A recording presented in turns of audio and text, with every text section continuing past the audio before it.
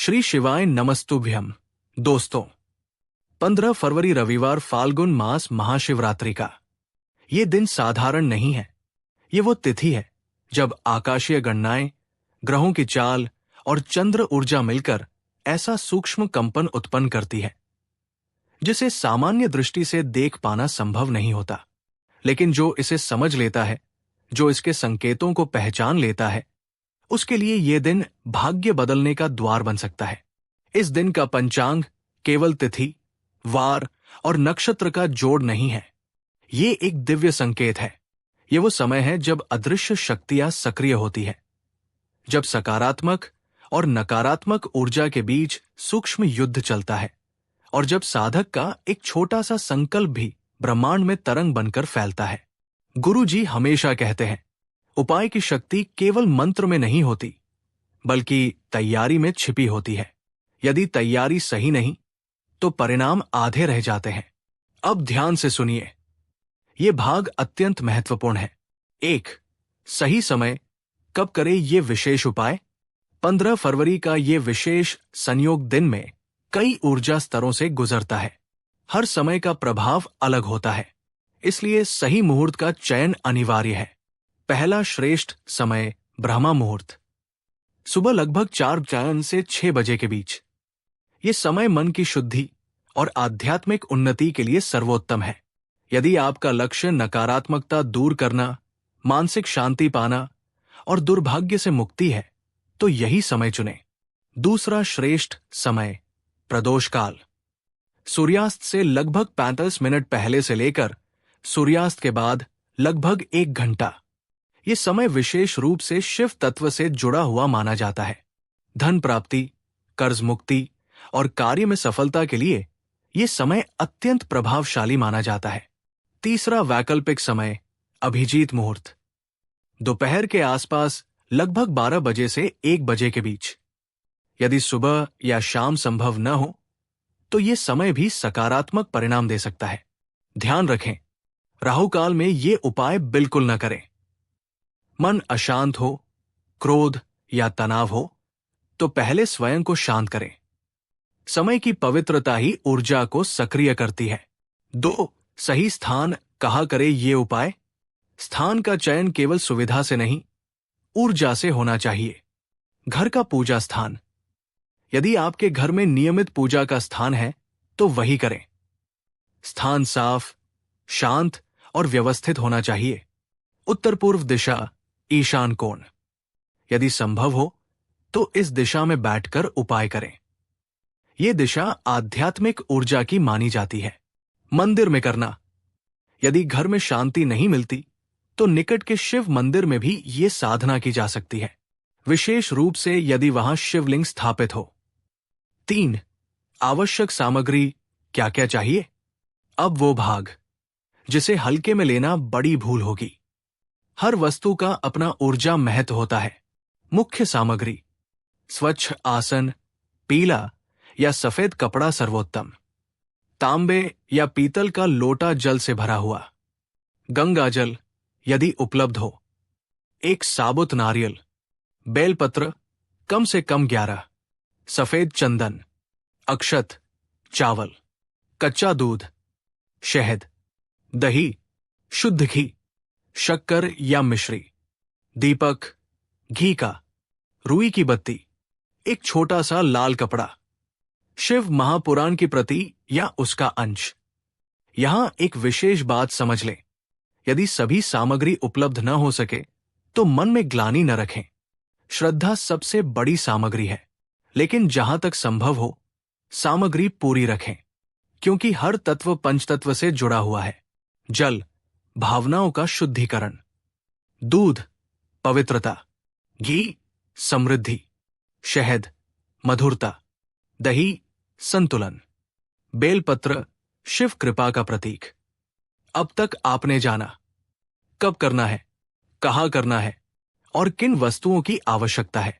अगले भाग में हम जानेंगे इस विशेष उपाय की संपूर्ण विधि, कदम दर कदम प्रक्रिया, कौन सा मंत्र, कितनी बार, किस क्रम में, क्योंकि विधि ही वो सेतु है जो श्रद्धा को परिणाम से जोड़ता है। अब वो क्षण आ गया है जिसका आप इंतजार कर रहे थे। समय जान लिया, स्थान चुन लिया, सामग्री एकत्र कर ली। अब जानिए ये उपाय करना कैसे है। ध्यान रखिए, ये केवल पूजा नहीं है, ये ऊर्जा को जागृत करने की प्रक्रिया है। ये शिव तत्व से जुड़ने का माध्यम है। गुरु जी का उल्लेख करते हुए कहा गया है, विधि का पालन ही साधना को सिद्धि बनाता है। अब पूरे ध्यान से सुनिए, एक भी चरण छोड़ना नहीं है। चरण एक, स्थान शुद्धि और ऊर्जा जागरण। सबसे पहले अपने चुने हुए स्थान को गंगाजल से हल्का छिड़के। यदि गंगाजल उपलब्ध न हो तो स्वच्छ जल में थोड़ी सी हल्दी मिलाकर छिड़क सकते हैं। अब घी का दीपक जलाए। दीपक जलाते समय मन में संकल्प ले, मैं आज श्रद्धा और विश्वास के साथ इस विशेष संयोग में शिव तत्व की कृपा प्राप्त करने के लिए ये उपाय कर रही हूं। मेरे जीवन से नकारात्मकता दूर हो, धन की स्थिरता आए और दुर्भाग्य समाप्त हो। संकल्प स्पष्ट और सरल होना चाहिए। चरण 2, आसन ग्रहण और श्वास संतुलन। पूर्व या उत्तर दिशा की ओर मुख करके बैठें। रीढ़ सीधी रखें। अब आंखें बंद करें और 11 गहरी सांसें लें। हर श्वास के साथ महसूस करें कि आप भीतर की अशांति बाहर छोड़ रहे हैं। मन शांत होना आवश्यक है, क्योंकि अशांत मन से किया गया जब केवल शब्द बनकर रह जाता है। चरण 3, शिव ध्यान और आह्वान। अब सामने शिवलिंग या भगवान शिव की प्रतिमा स्थापित करें। यदि संभव हो तो शिवलिंग पर जल अर्पित करें। फिर दूध, दही, शहद, घी और शक्कर से क्रमशः अभिषेक करें। हर अर्पण के साथ मन ही मन ओम नमः शिवाय का उच्चारण करें। कम से कम 108 बार इस मंत्र का जप करें। यदि माला हो तो रुद्राक्ष की माला सर्वोत्तम मानी जाती है। ध्यान रखें, मंत्र का उच्चारण स्पष्ट और श्रद्धा से हो। यही वो क्षण है जब ऊर्जा सक्रिय होने लगती है। चरण 4, बेलपत्र और अक्षत अर्पण। अब 11 बेलपत्र लें। हर बेलपत्र पर थोड़ा सा चंदन लगाएं। प्रत्येक बेलपत्र अर्पित करते समय अपनी एक इच्छा मन में रखें। धन प्राप्ति, कर्ज मुक्ति, कार्य में सफलता, घर की शांति, जो भी आपकी वास्तविक आवश्यकता हो। लेकिन एक महत्वपूर्ण बात, एक ही समय में अनेक इच्छाओं का लालच न करें। मन केंद्रित रखें। चरण 5, शिव महापुराण का स्मरण।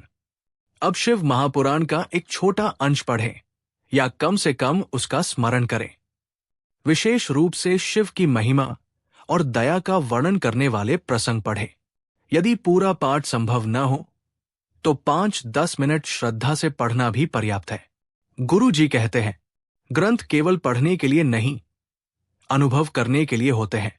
पढ़ते समय ऐसा महसूस करें जैसे शिव स्वयं आपकी बात सुन रहे हैं। चरण 6, विशेष धन आकर्षण प्रार्थना। अब दोनों हाथ जोड़कर स्पष्ट शब्दों में प्रार्थना करें। हे महादेव, मेरे जीवन से अभाव दूर करें, मेरे कर्मों में स्थिरता दें, जो भी बाधाएं हैं उन्हें समाप्त करें, मुझे उचित मार्ग दिखाएं और मेरे प्रयासों को सफल बनाएं। प्रार्थना के बाद 5 मिनट मौन रहें। यही मौन आपकी ऊर्जा को ब्रह्मांड से जोड़ता है। चरण 7, दीप आरती और समर्पण। अब दीपक से आरती करें। घड़ी की दिशा में 7 बार घुमाएं। आरती करते समय महसूस करें कि आपके चारों ओर एक सुरक्षा कवच बन रहा है। अब नारियल को लाल कपड़े में बांधकर अपने पूजा स्थान में रख दें। इसे कम से कम 7 दिन वही रहने दें। 7 दिन बाद इस नारियल को किसी बहते जल में प्रवाहित करें या मंदिर में अर्पित करें। चरण 8, समापन और आभार। अंत में दोनों हाथ जोड़कर आभार व्यक्त करें। याद रखें, आभार वो शक्ति है जो प्रार्थना को पूर्ण करती है। जब आप धन्यवाद देते हैं तभी ऊर्जा स्थिर होती है। ये पूरी विधि लगभग 30 से 45 मिनट में पूर्ण हो सकती है, लेकिन जल्दबाजी न करें। उपाय शुरू करने से पहले मन में संकल्प अवश्य लें। बिना संकल्प किया गया उपाय दिशा खो देता है और फल अधूरा रह जाता है। शिवलिंग या शिवचित्र के सामने पीठ करके कभी न बैठें। ऐसा करने से साधना की ऊर्जा विपरीत दिशा में चली जाती है। अभिषेक करते समय जल या पंचामृत कभी भी सीधे जमीन पर न गिरने दें। नीचे एक पात्र या थाली अवश्य रखें। उपाय के दिन घर में मांस, मदिरा, लहसुन या प्याज का सेवन न हो। यह शिव तत्व की शुद्धता को भंग करता है। मंत्र जाप गिनती पूरी किए बिना बीच में न रोकें। अधूरा जाप ऊर्जा को रोक देता है और मन अशांत कर सकता है। शिवलिंग पर चढ़ाया गया जल या पंचामृत कभी भी पैरों से न छुएं, इसे अपवित्र माना गया है। उपाय के दौरान दीपक अगर अपने आप बुझ जाए, इस उपाय को लगातार अलग अलग समय पर ना करें। पूजा के बीच में किसी का प्रवेश या आवाज उपाय की गति तोड़ सकती है, इसलिए पहले से वातावरण सुरक्षित करें। उपाय पूरा होने के बाद उसी दिन किसी से इस साधना की चर्चा ना करें। मौन रखने से फल शीघ्र प्राप्त होता है। अंत में, अगर आपने इस उपाय को पूरा ध्यान, विश्वास और श्रद्धा से सुना है, अगर आपके मन में किसी का अहित नहीं है और अगर आप सच में जीवन में सकारात्मक परिवर्तन चाहते हैं, तो शिव की कृपा आपसे दूर नहीं। जिस घर में यह उपाय सच्चे मन से किया जाता है, वहाँ दरिद्रता ठहर नहीं पाती, नकारात्मकता रास्ता भूल जाती है और धन, शांति व सम्मान अपने आप आने लगते हैं। गुरुजी कहते हैं, शिव भाव देखते हैं, शब्द नहीं। उपाय के बाद जो भी सामग्री शेष रह जाए, उसे अपमान या लापरवाही से ना हटाएं, क्योंकि उस पर साधना की ऊर्जा रहती है। किसी भी शेष वस्तु को गंदे स्थान, नाली या कूड़े में सीधे न डालें, यह सबसे बड़ी भूल मानी जाती है। जो भी सामग्री बचा हो, उसे किसी बहते जल में प्रवाहित कर दें, ताकि ऊर्जा सम्मानपूर्वक विसर्जित हो। उपाय के बाद कुछ समय तक घर में शांति बनाए रखें, तुरंत शोर शराबा ना करें। सबसे जरूरी बात, उपाय जितनी श्रद्धा से किया गया हो, उतनी ही श्रद्धा से उसका समापन भी होना चाहिए। भोलेनाथ से यही प्रार्थना है कि आपके जीवन के बंद द्वार खुले, आपकी मेहनत सफल हो और जो भी संकट है वह धीरे धीरे आपसे दूर होता जाए। अगर यह वीडियो आपके मन तक पहुंचा है तो समझ लीजिए यह संयोग नहीं, यह आशीर्वाद का संकेत है। और अगर आप चाहते हैं कि यह आशीर्वाद आपके जीवन में स्थिर हो जाए, यह कृपा आपकी तरफ बनी रहे, तो कमेंट में सिर्फ ओम नमः शिवाय लिख दीजिए। लिखते समय मन में कोई एक इच्छा जरूर रखिए। याद रखिए, जो इस आशीर्वाद को स्वीकार करता है उसकी राह खुद शिव संभाल लेते हैं।